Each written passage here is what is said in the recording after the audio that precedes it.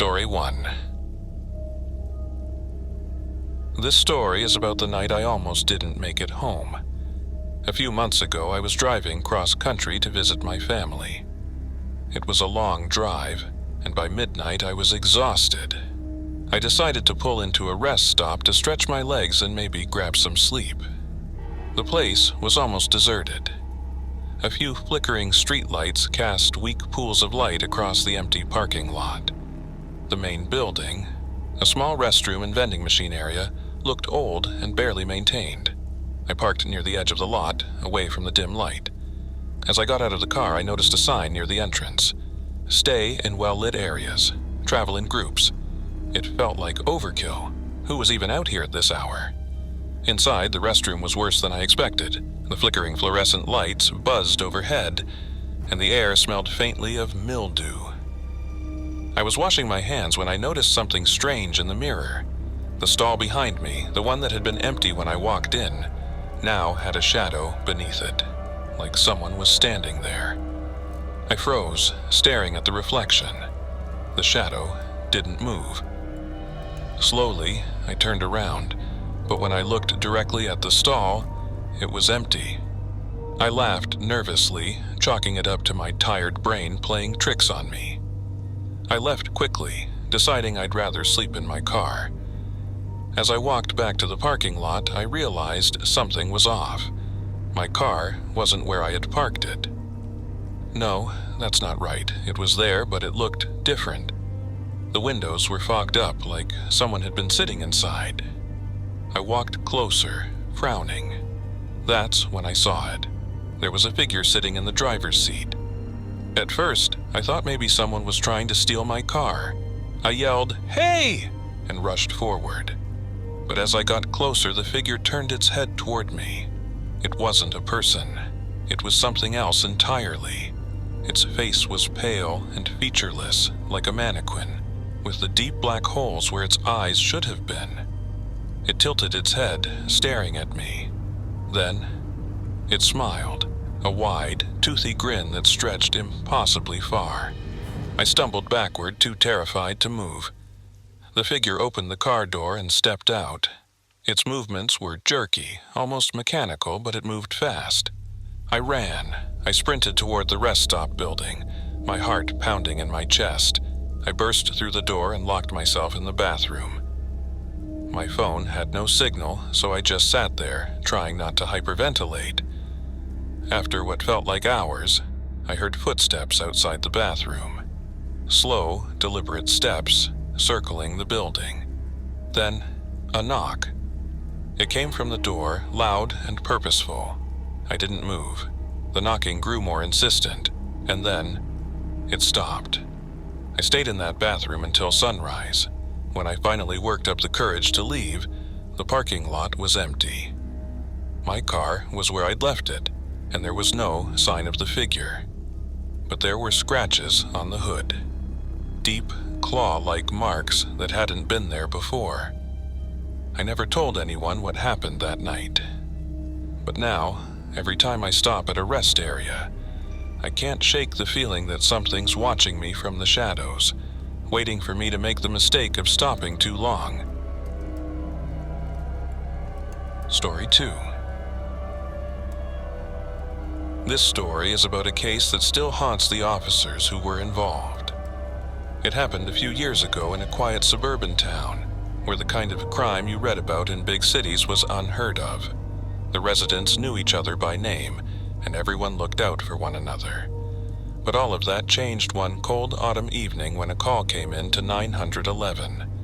A neighbor had reported strange activity coming from the house at 14 Hawthorne Street. It wasn't a regular call. There were no loud noises, no fights, no visible disturbances, just silence. The neighbor said that over the last few days, the house had been eerily still, and the lights would flicker on and off at random times. When Officer Daniels and his partner, Officer Thompson, arrived, everything seemed normal at first. The house looked abandoned, but not in the way that screamed danger. It was just old, weathered, with peeling paint and boarded-up windows. They knocked on the door, but there was no response.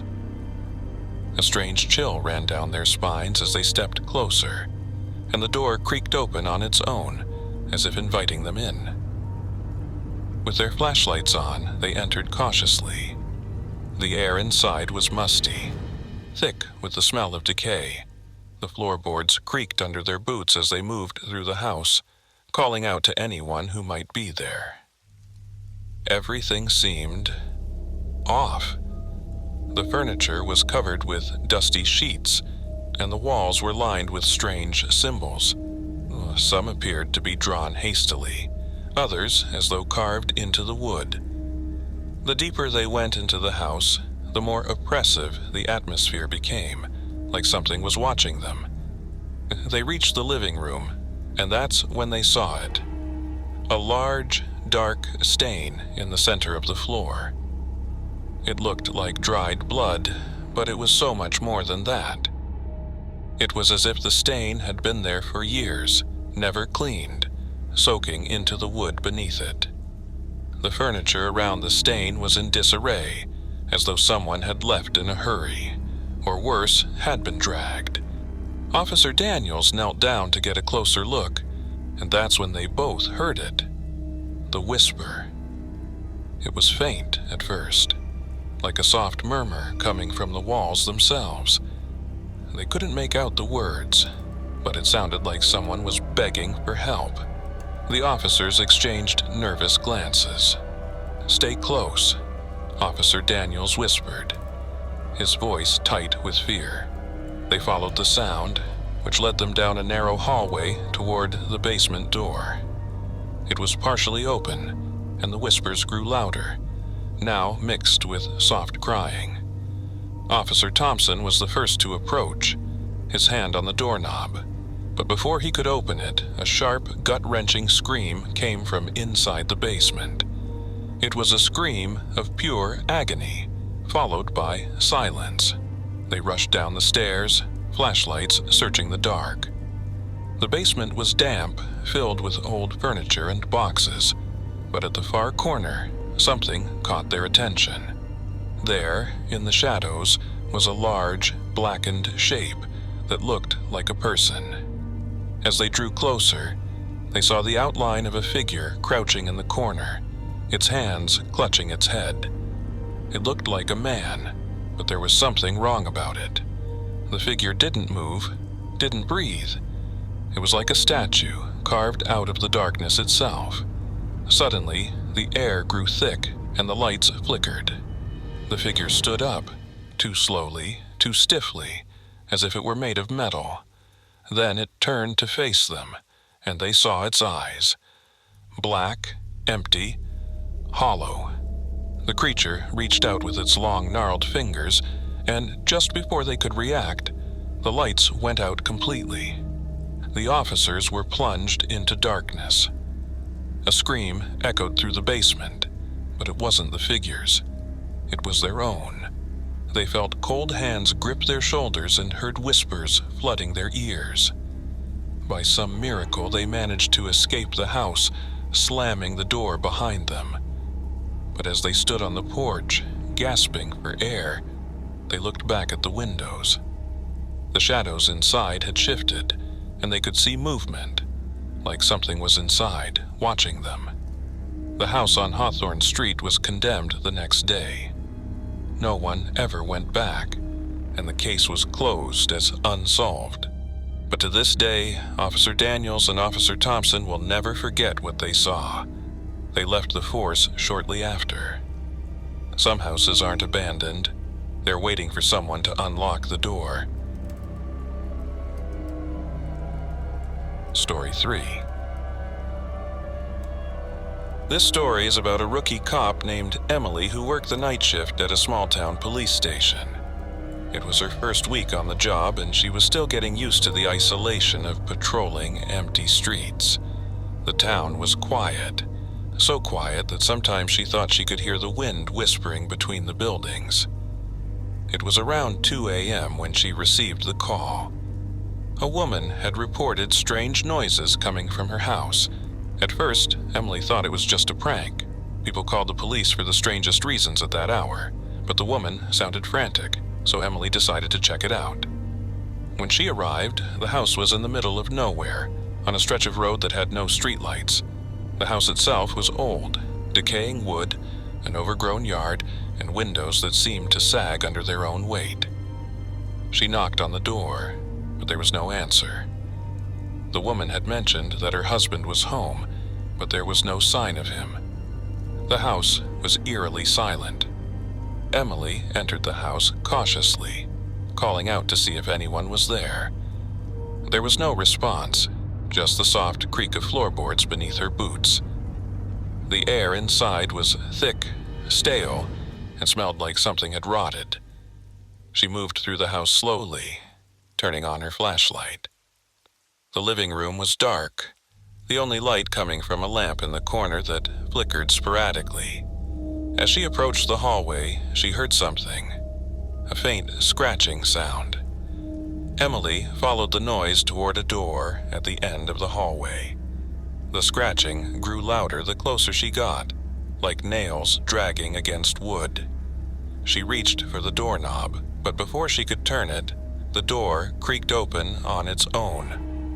Inside, the room was covered in dust, and the floor was littered with old, tattered furniture. But in the corner of the room, there was a large, old-fashioned mirror. It was cracked, its glass reflecting an image that wasn't quite right. Emily stepped closer to the mirror, her hand trembling as she reached for the edge. The scratching stopped, and the air grew unnaturally cold. That's when she saw it. A face appeared in the reflection. A pale, gaunt face with hollow eyes staring back at her. The woman's face was twisted in an agonizing expression, but she wasn't moving. It was just the reflection. The real woman stood behind Emily, her mouth wide open in silent horror. Before Emily could react, a voice whispered from the darkness behind her, "You shouldn't have looked." She turned around, but no one was there. The woman was gone. Emily rushed out of the room, her heart pounding in her chest. As she made her way back down the hallway, she saw something that made her blood run cold. The scratching had started again, only now it was coming from the inside of the walls, echoing all around her. She sprinted to the front door and ran out into the yard. When she looked back, she saw the woman standing in the window, her face pressed against the glass, staring at Emily with wide, pleading eyes. Emily never returned to that house. She left the police force shortly after, haunted by the memory of the woman in the mirror. And to this day, no one knows what happened in that house. The woman was never found, and the house was eventually abandoned, left to rot in the dark. But sometimes, when the wind is just right, you can still hear the scratching from inside.